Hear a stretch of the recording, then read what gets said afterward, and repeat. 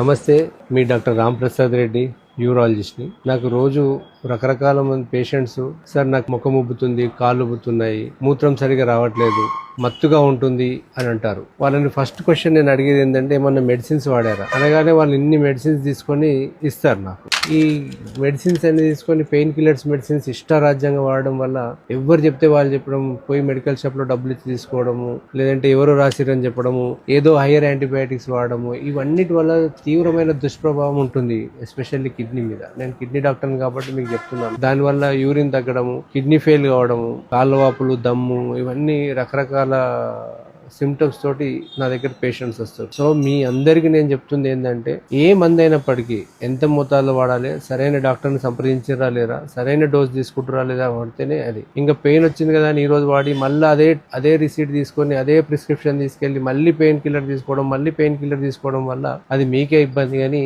ఇంకొకటి కాదు. సో నేను చెప్పదలుచుకుంది ఏంటంటే, సరైన మందులు సరైన డాక్టర్ తోటి రాయించుకొని వాడాల్సినంత టైమే వాడాలి. మీకు ఇంకేమైనా ఈ పెయిన్ కిల్లర్స్ తోటి కానీ మిగతా మందులతోటి కానీ ఏదైనా ఇబ్బందులు ఉంటే మమ్మల్ని సంప్రదించండి.